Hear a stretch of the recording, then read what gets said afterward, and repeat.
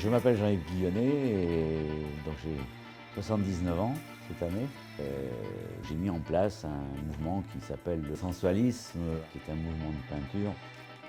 Le sensualisme, à l'origine, c'est une philosophie. Pour simplifier, on pourrait dire qu'il y a d'un côté la séparation du corps et de l'esprit. Le sensualisme, c'est le corps qui fait l'esprit. C'est le corps qui fabrique l'intelligence.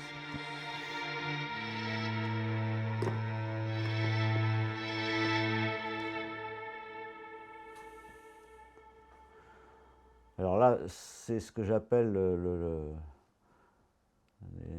travail d'intelligible, donc de mettre de l'intelligible dans mon travail, avant d'attaquer d'une manière un peu plus chaotique, enfin plus matérielle, plus sensible, travailler un travail de recherche ensuite. Mais avant de chercher, j'essaye de remettre un peu et de positionner. Donc ces écritures intelligibles me permettent de mieux aborder mon travail, pas trop parce que ça risque de me bloquer ensuite. Et puis en même temps, ça me permet de rentrer tout doucement en peinture. Petite coupe de médium. L'avantage de l'huile, c'est de pouvoir obtenir tout un tas de nuances, de subtilités, de travailler, voilà, la pousser. L'inconvénient, c'est que ça se dilue très très vite. Donc là, c'est un bon prétexte pour tout reprendre, refaire le tour du propriétaire. Et puis donc, ce que j'appelle l'action la plus intéressante, la plus belle, c'est dépeindre. Donc notre boulot, nous, c'est plus dans poser de la couleur, poser des matières, ça, tout le monde contrôle, il n'y a pas de problème, c'est plus facile.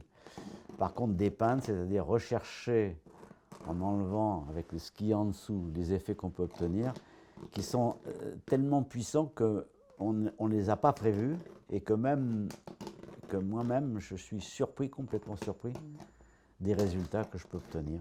Le critère de beauté universelle, ça ne m'intéresse pas. Mais il est évident que quand on arrive devant une peinture, on ne peut pas juger puisqu'on arrive avec son beau à soi. Donc chaque individu arrive avec son beau, sa notion de beau. Donc moi, ma notion de beauté, évidemment, comme chaque artiste, comme toute personne, quand on fait une activité, on fait avec ses critères à soi. Mais en tout cas, je ne me prends pas la tête en disant oui, mais ça va plaire, ça va pas plaire, ça va pas plaire. Donc j'ai une notion de beauté qui est la mienne, qui n'est pas celle qui va me bloquer ou qui va m'empêcher de. C'est-à-dire qu'à un moment, si j'ai à choisir entre ce que je trouve beau et quelque chose qui est plus fort, qui est dans les critères de tension, de nouveauté, d'originalité, des choses, je vais prendre ce qui est nouveau.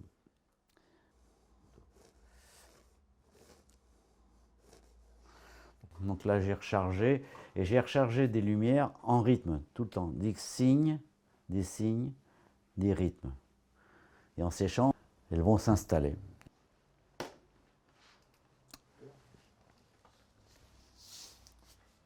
Voilà.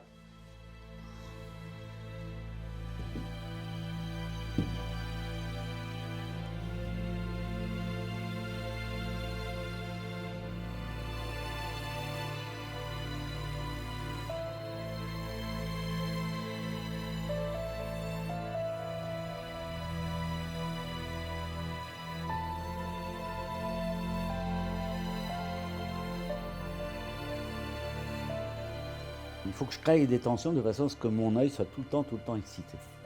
Mais c'est du jazz, hein, c'est pas autre chose. Je compare souvent ça parce que en fait, pour moi, le jazz, c'est introduire des fausses notes dans une harmonie. Et c'est la puissance du musicien, c'est intégrer ces fausses notes. Parce qu'on en fait tous, on n'est pas parfait. La perfection, en création, il ne faut surtout pas rentrer dedans. Et donc ces fausses notes vont nous permettre de faire des dérapages, ça crée des tensions, le spectateur ne s'attendait pas à ce dérapage, donc il suit, il est en mouvement, il joue la toile, il est avec nous. Mais donc c'est ces doutes, ces fautes qui peuvent être belles, mais il faut arriver à les intégrer. Là, donc, il y a une recherche qui se fait, qui est... là j'invente des couleurs que je suis incapable de faire. Voilà, donc c'est tout dans la sérendipité, là, c'est l'aléatoire. Et il y a des fois, ça marche ou ça ne marche pas. Mais cette prise de risque me permet de faire des trouvailles que je ne peux pas intellectuellement. Je peux pas, même avec mon expérience, je ne peux pas inventer.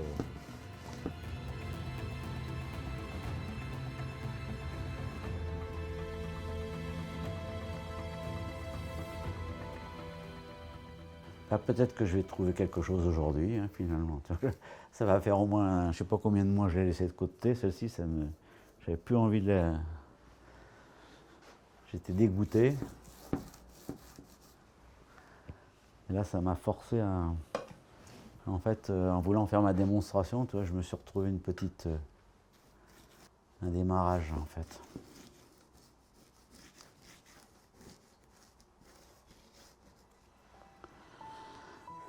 J'ai travaillé tout à l'heure sur la toile avec du carmin.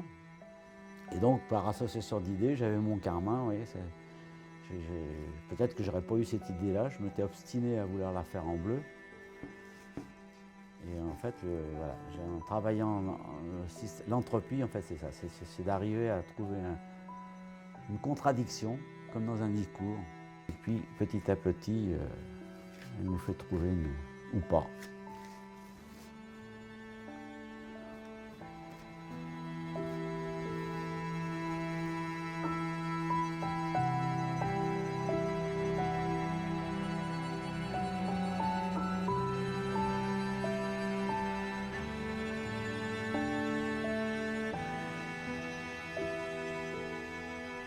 Donc j'ai la gestuelle, j'ai le rythme, j'ai les contrastes de qualité, des qualités de matière différentes, j'ai des couleurs originales, c'est-à-dire qu'avec un mon bleu, mon rouge, le vert qui est en dessous, j'ai les transparences, il y a tout un tas de choses qui se... Là, pour moi, c'est le bonheur. Hein.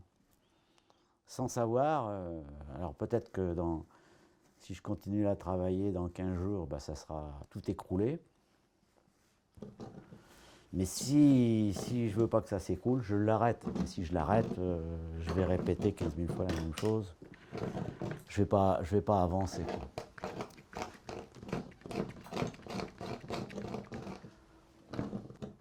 Plutôt que d'ajouter de la matière, je vais d'abord dépeindre. Après, on va voir. C'est ça la création. La création, c'est de faire quelque chose qui n'existait pas jusqu'à maintenant. Donc si je fais quelque chose que j'ai déjà fait, oui, enfin, je fais toujours à peu près la même chose, sauf que je vais essayer de la faire différemment et hors de ma mémoire en fait cognitive. C'est-à-dire que je me souviens que j'ai fait ça, j'ai passé... Ça, c'est l'expérience. Après, le résultat, c'est totalement... Et c'est ça qui est beau. Sinon, j'aurais arrêté la peinture depuis longtemps. Refaire toujours la même chose... Donc là, j'invente en même temps. Je suis en train de découvrir complètement.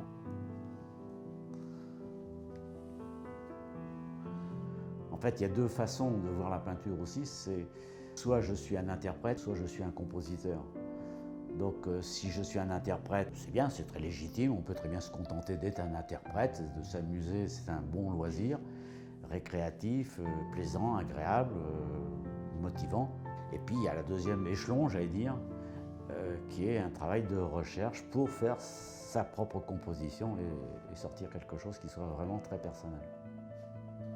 Voilà, le but de la recherche au niveau de la création, c'est de finir par trouver des formes, éventuellement, si je travaille dans ce sens-là, par exemple. Est-ce que c'est une mer, un océan, j'en sais rien, est-ce que c'est un bateau?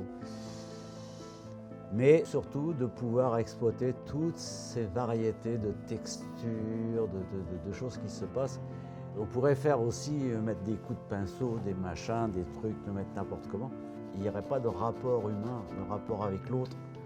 Là, j'essaye de trouver des signes qui fassent sens, des signes qui vont se rapprocher. Voilà. Il y a des choses comme ça qui sont superbes. Voilà. Ça, c'est du sensible ou pur. Donc là, c'est ma sensibilité, c'est mon expérience qui fait que je vais chercher ça, je vais retenir et à un moment, paf, je vais en faire de trop, paf, tout s'écroule parce que j'ai voulu aller trop loin.